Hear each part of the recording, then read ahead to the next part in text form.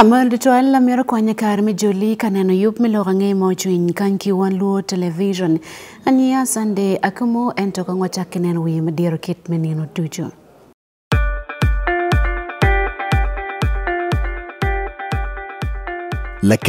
At least the one thing for now we can all agree on is the soap to use. He likes that it's big and lasts long.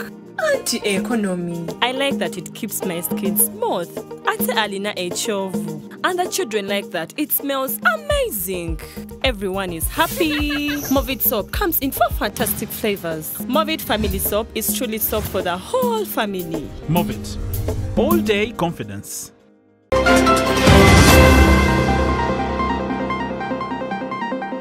Dano angwen guto e karamaye guloke ikulu Nile Yam district. And I've come here with the team involving the DISO and the DISO. Kadong gitero yaro yup menina para bichel majoko timgero ilobo Uganda. Just to re-echo our focus or our theme for the 16 Days of Activism Campaign 2024.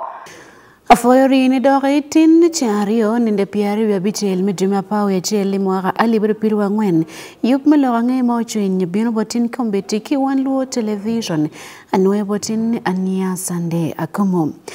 Wabichago lorange ya tin Yam district kama chano time ye dana ngwen guto ipi ikulu Nile igarme ye mekete warkwero loke waripi jangwen ni ayo biro Sebastiano jok magana pierbichwa boro dana mejuma parish kamdini sub-county mokena yagitie Hassan Mohammed magana piara ngwen ya dek David Ochichan magana piardek ya boro kidong Stephen Agenonga magana piardek bichel genwengiti dana mekorolo village mati nyama hasa sub-county manweng Yam district. Adit we abile mayo Yam district job mutegeki owane mono kwedu we chimuni mono piatwa pia yogo ye mamegi kaoloko ye ni pi okelo chan motime ikom joangwen enim. Onen report matut kibola choch pa Wan Luo television matie Yam district man saiti ngola.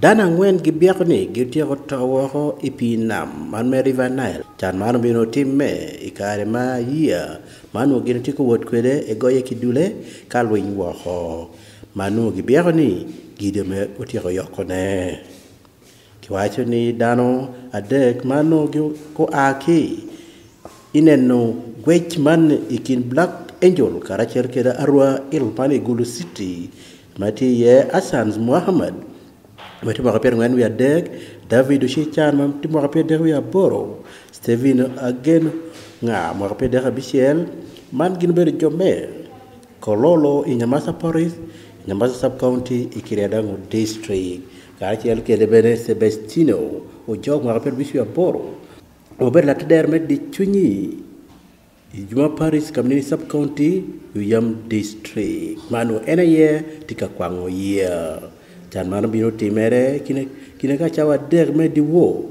maono dong ya engine kitiro chegune waho a chawa bia bili me Yam district job mutageki wachi pere check penene ni gigwa ko pa dano mutageki yo bino ojo waho ya tikpa ya matino tino madam pe biro medeke tichima ya man no go dwarech gitiyo kwede.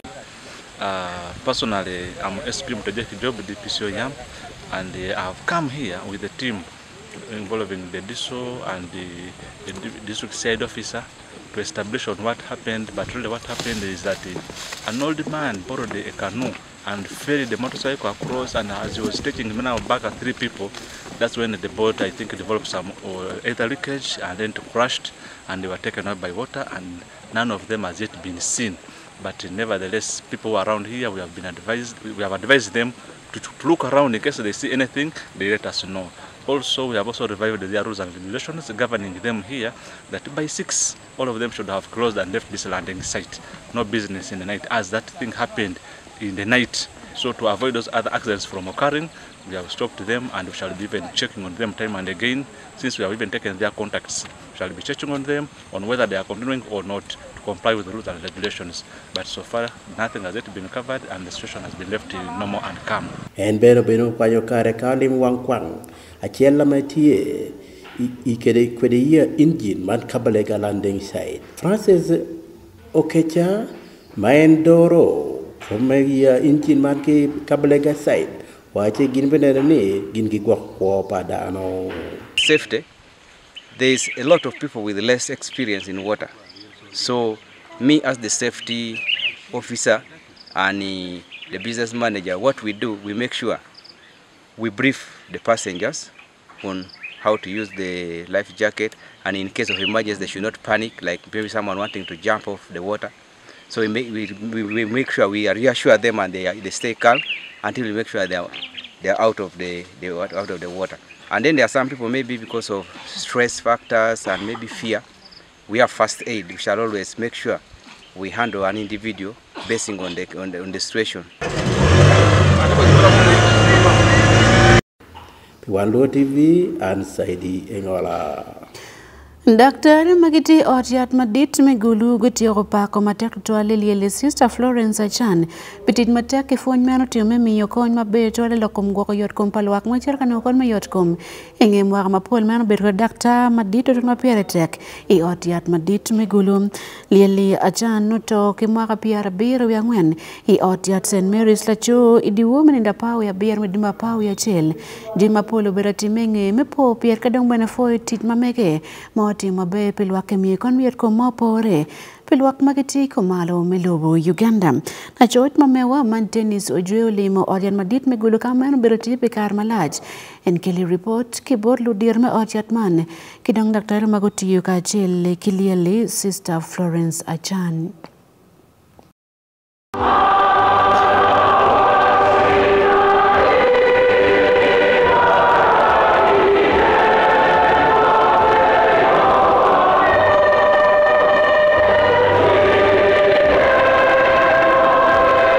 Le docteur Nas go parolier Sister Florence Achan petich mater di pogne mabejo mayano bero kwede niyo waikare meto mere Sister Beatrice Akelo ma en benetie la dit madoro wi docteur Nas yor yad madit otero tame matud kid ma en oneno kwa paliele Florence Achan obero kwede. I come from Gulu Regional Referral Hospital. Florence called me last week when she came from here. I had just come back from my leave and I had just stepped in. She called me. I had been in the hospital. She has been a committed Christian. Number one, I am a born again, but Florence has been a Catholic. But we have had some conversations with her about our faith. And I thank God, even the last week when I called Florence, she was in the choir.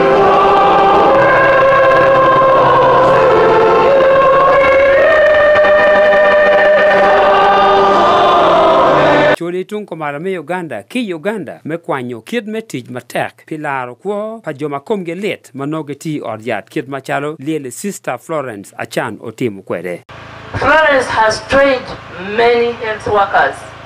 From 1999 when I met her, I don't know how many, but that was the assignment God gave her. We have many nurses and midwives, professors, doctors, name it, in different categories.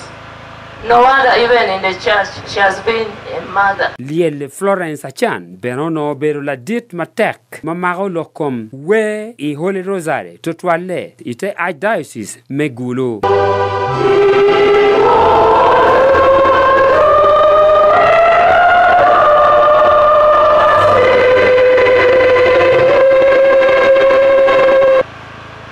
So we have lost her, but we rejoice in the fruits that she has left behind. To the family and the children, Mommy loved you.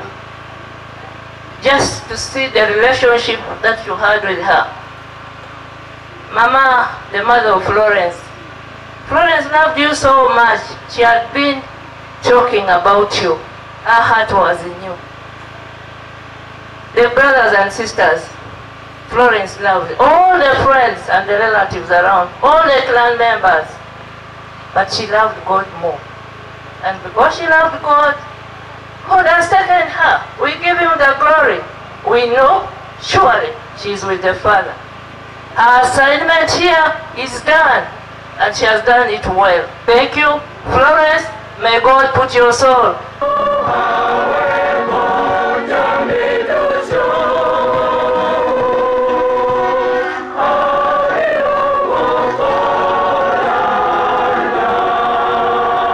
One com me Elsia Beach me Omoro District Peter Douglas Okao wajenengo kom kwa pa Sister Florence Achan. Sister Florence Achan pian eno tiuge kar maro ba mi ne ma be kar me beri lo bi ti kar maro ba mi ni kere me kopa me ro me nyego me tiere e bi tiuge kar maro ba mi ni Father Eric Uma la dit kanija me katolika me Holy Rosary cho chwin lo Kristayo me neno ne gen ge kwa mabe kitij matek me konyo dano to twale lo daktare ma gen ge tiyo I odjat ma pat en ulego lo Kristo ki lo Kristayo ki dano ducho me kwanyo kitij matek ma liele Sister Florence Achan obere kwede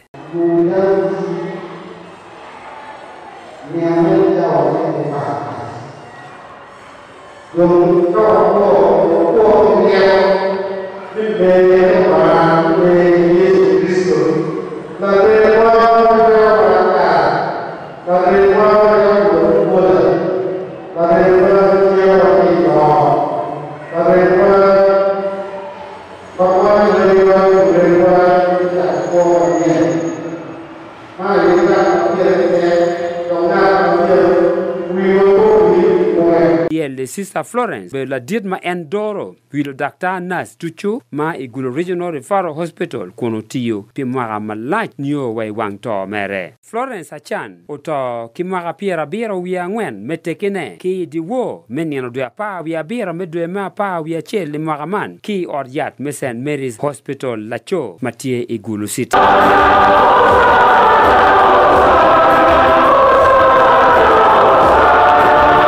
Pi Wan Luo TV, Dennis Ojue, Ilokwi, I Omoro District.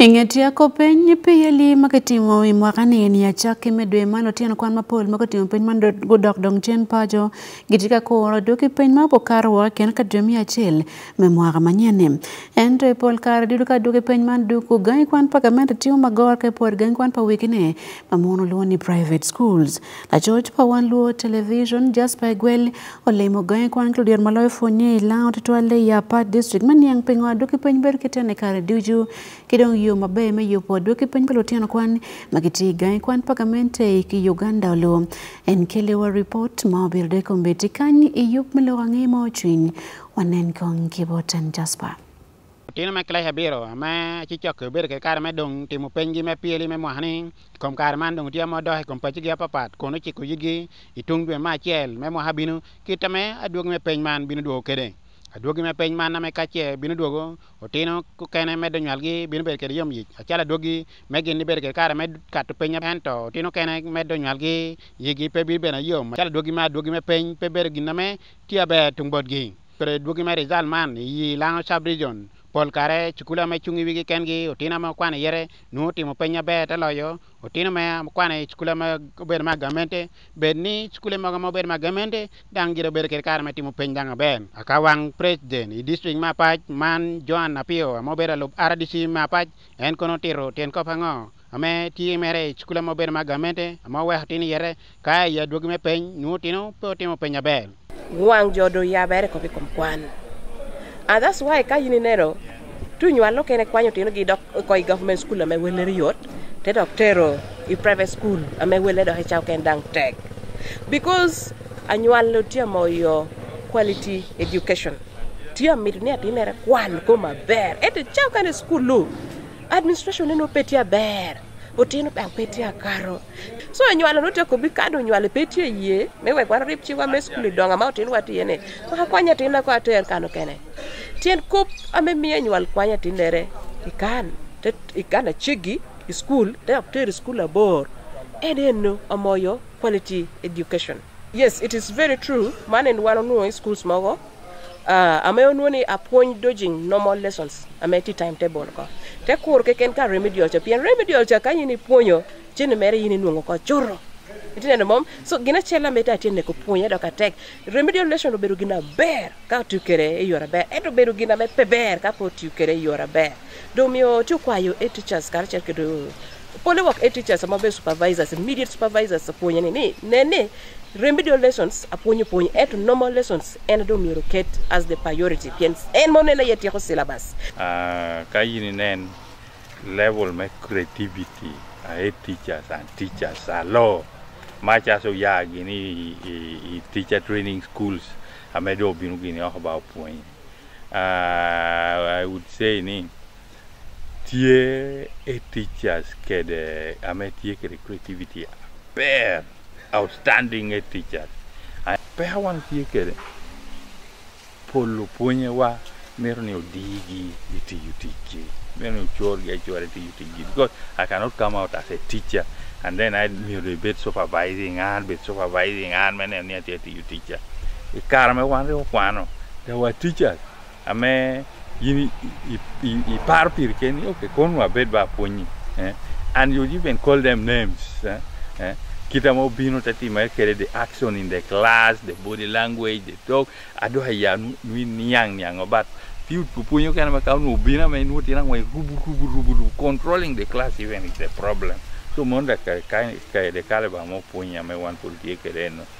I dohlo district kono Alex Tujok mo beru director me Chen Maglet primary school en kono tero ginna me punya kero tela me chukula me chungi wi ken gi pol kar martimo me we hatina me kwano ko chukule magi timo pentelo me gamente ginna me wano neno ni omio government schools pe performing abe mena machel otina me ati konasha the ratio pupil ratio ame ti school ahia no chao kene otino ti adunga teha eto punya no kok mi ba por ramu class achiel nyu class ario ame obedo foundation otino ti ba mi ario nyu piero eta punya chiel ame apuony pero mpunyo tino ne dushu kere gino kena ame obedo peho cha moro la kami ba por the private schools otino dung ti apenyere ni P7 otimo peny me sets around Piedha Beach enti nungu ni chao kene government school kado yotimo sets apol chao kene potunu ra beach ame man mio wano yiko tino abe otino te timo peny otino do pete luor peny te miyo penyo te kene ma bino pen nuere bado penya tek nuere ba tesoro ke ken pien no bedo ginamo ponyo ke kede so gino kena metie government schools cha moro opuonye ni peti kede attitude da ber me konyo tino inge cha moro miru koma puony bet keda tin cha dushu ente no puonye ni mama ne cha no kono ta komnia chenne pe kane chenne titidi ngo ha te nunguni duongi o ya woro gamo loan in these banks ogo nyoy bank mogono gamo this financial institution ba brakgi mona wa mura platinum amenu ni apuony pe gwana ATM kadere so tamane kakado bedi school doka tim ginoro ame miera mo konye Yam district kono Simon Peter Anyoro mobeda edi me mo primary school ameti go mal lori Yam district sikula chella me mo hakaro tina me rama par bi chelo penye kunu enta par ngene yete poto penduju en kono tero ngadang mio tina me kwane sikula gamente mobero mo primary maro berkel kare me poto pen aracha raja o tina me temo kwa kolo kwano bedo tina me lowa kien jono ni tiki me konyo ni wala teka petie ero teka tino chako tuni P4 poder P5 nudung manpower chicken so that manpower annual do tia metto me konye era tin kado tunu kanda ngeyo ni enda era modo tiu chente mere kalo tienda do chao ko mo keto gire mere moro ame ka tuni cha moro ke ho te wori gire mere cha so do akori kwanna me ko motera tienyo chavera chiel chavera rio con tie pa chipu e kado te duo akado puonye beda be ningo quando no caps bedie se te nuoni otino ni pe uno puonye ro Wan Luo television just pegwel ilang sub region Iyo achele ben lo fwenye magete kabare maido district gucha ko nongo fwenye maliet me rocho ngej mameke ben nene ket me chemical ala matika tika armani ilo komi yo fwenye bodlo tino kwan adit malolo kon fwenye district man pitutuno man Richard Eliebu owani mono ala tima pole karmani ket me fwenye ka ben lo fwenye me kabet ka po wigen kare e omtiek mama ko fwenye ke ben ket me fwenye ma chuny bodlo tino kwan magen ge fwenyo e odi kwan ki kabare maido district watiki report Mauchwin Kibot Michael Onyepi Wan Luo TV. Jo ponye apapat district meka bere maido en obeo ipuony ikom jamin anyen ame abumento wokun kede karachel kede ame itunogi epona megin kipore timo karachel kede tichegi kadi imito timo tichme abumenti puonyeregi ame makere karachel kede jo puonye chi apapat enada obedo meneno be oyiko ipone some jo puonye kiupere karachel kede kop mi kareni gi achela mo ponyo gida makere karachel kede epone metij karachel kede chumai mi karegi kame oporo karachel kede kare angochie ngata dar tutunu baladi yo me kaber maide Richard Eliebu ena bino wacho be kimito na adwokini abe so giomiyo wan oyiko chokere me jopuonye Day district neno bala be jopuonye wa madala mipone sogi tie dok piny anonok kinyutere ne wa I bino gi sukulu bino me jopuonye wa sukulu tie percent ot kanyangon nyutere ne wa wat alia pore didire ma puonj keda tin so domiyo na wana neno be ka obedo diliame ok obedo kendo chokene me jopuonye me yutunogi ikom teachers professional code of conduct chemogo timno bino yitiriro kodugo puonye ratwala district mabere mado so de chokere ni tieme penyo be nyoino arach omiyo tima penya wa pod likatwero ikere ngochi wano kok be jopuonye wano nok donan apogano miyo wa senti okomede jopuonye nyoberi no omiyo pod le twero udo dwe toti first grade so leno tamni didire wan kede jopuonye bino mine wa udo nyoino dioko yai tenge kom jemna le moyo timo rach dioko adopting jemna nyiena mopore timo kopache omiyo wano luongo chokere ne wano tieke da loka tot I puonyere yesana wano tieke de ni so the tin mano targeting discipline kede morals so enomiyo ang'ate kede gen be yaro kela loka be aso jo ponye apapat obedi chokere ni enada wacho be kiudo jamin abecho oyaro konyo gi meneno be kiupere karachel kede jamin anyen owokun mere nyano ngiche gi ngochi wiya wili kado ko medu puonyo bala na kana okelo komi puonj jamin anyen ana okibala biye kama yang no betela machine nyegi go mago miya medu ngich me medu puonya tin ko medu miang yie pona chieng ngoche lika mechi mogo puonya kede do na otwero introducing mago bala kome recording do attendance kede machines askiana mokelo me computers gi itwero puonyo kede do style moro kene puonya ngomino ngich atut negi ale mang'eyo timere bala tich kede computer ka puonyo kede do twero ni ang'e ya mang'audo ya nye kene pone medo ka yaro retiring procedure same pore I lobby nambare otedo reminding wa ya me walo pore do timo amele wano nyo ateteni bero amanga ko udo tini puonyere metin enine be jamni mago tiele mwan jopuonye liyo makato mere ka wano tie retire liya udo wano nyo be nyo amitere ne wa ikere nyo amopore beoye dipodi liya menyo dipodi liya mo retire udo retirement so le mwana tie atata imudu do tin bero ame wano ko udo ipuonyere merituli ne be wando na otiku ngeno muaki ni mege ena me itwero udo ye retirement makato retirement package ka yaro udo emito di ipuonyo pikara lach duka ipuonyo pikara chechek dabo bi uda tididi so nan wano kelo jopuonye pieno tiemi to be opuonye wa bed kede ng'ech ame matching kede kita kuo metin tiot kede Michael Onyinge Pi Wan Luo TV Ikabere Maido District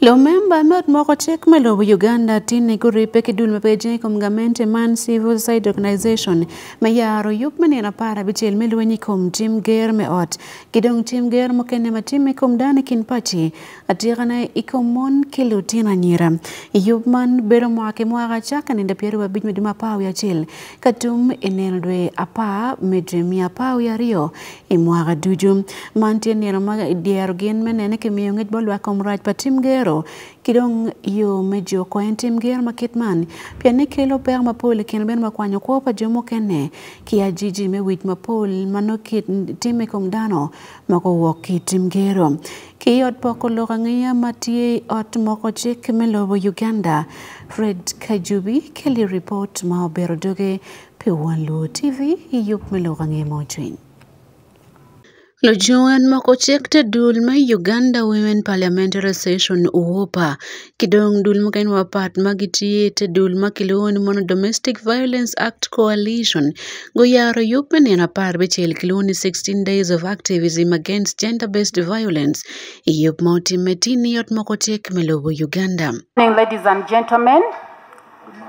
Good morning, members of the media. Good morning, members of the Domestic Violence Act Coalition, and most importantly, our honorable members of Parliament. You're all welcome to the launch of the 16 Days of Activism campaign against gender-based violence and violence against women and girls, 2024. Just to re-echo, our focus or our theme for the 16 Days of Activism campaign 2024 is recommit, be accountable, and resource prevention, and it's inclined towards the Beijing Platform for Action that was signed in Beijing in 1995. Ngella chen go kati kon katele we yup me kwero tim ger matika mede komon la bolle bene oberieto palangwech mauna ngwedi boping matia nyole Uganda Rebecca Cheptegei. According to the 2023 Uganda Policy Annual Crime Report, 15,184 people were survivors of domestic violence. 10,792 of which were female. A total of 249 persons were killed as a result of aggravated domestic violence. 95 were male, 113 were female, including one of our champions, Rebecca Cheptegei, who passed on through this act of GBV. Moni bene gunyor luor gi pian pegititit maber to alikom kit mechopo nyomi ngol mati ikom tim ger matime komon dok pole bene pe oy nyim kot ran wagata ikoyo chelotono pacho. There has been continued maiming, sexual abuse and denial of property rights to women, especially the widows. The 2022 National Survey on Violence in Uganda, conducted by the Uganda National Bureau of Statistics, that is UBOS, also found that intimate partner violence, that's IPV, which is often a precursor to femicide, was at 45%. The highest being in Acholi sub-region at 78%. The statistics depict the... Despite these challenges, several gaps need urgent attention and resources if the Beijing Platform for Action is to be fully realized. These include limited resources. There is insufficient funding to implement GBV laws effectively. A good example I can give of this is the funding that goes to the child and family protection units in this country and the payment that goes to probation and social welfare officers. Gendo leo gamente mita rodor kubi pa mono makiluoni mono social media kidong bene katiko no ka nene giti kumdana magipoko kwena mabero ka oto tim gero ikin choki mon makiti odi ka chel kianyira. Iyop man ma obario ni owenenda pa midima para rio ni poleti eme miyungej bodano kibene tugu chwin dano michako timo gin mo mejoko tim gero ikin mon kicho. Gien bano lego ni mono kijing kero patama kimiel no dok chek man marriage bill mati nyima ot moko chek wek nen ni mono kijoko Tam given a tea ni mon ki jing ke aro patama ke mel ni mono dok chek ki ot moko chek melo Uganda man marriage bill ma weko chek ye ni mono I kit me bedo kachiel nyoporo omeldo bet yo manopen chek ng'eyo tie nyomi kin lacho gi dako.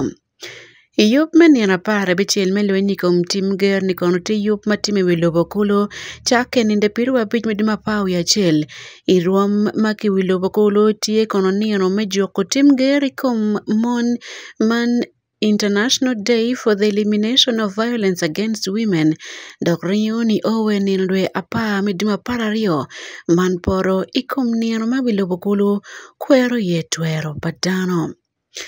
Pe Wan Luo Television, Fred Kajubi.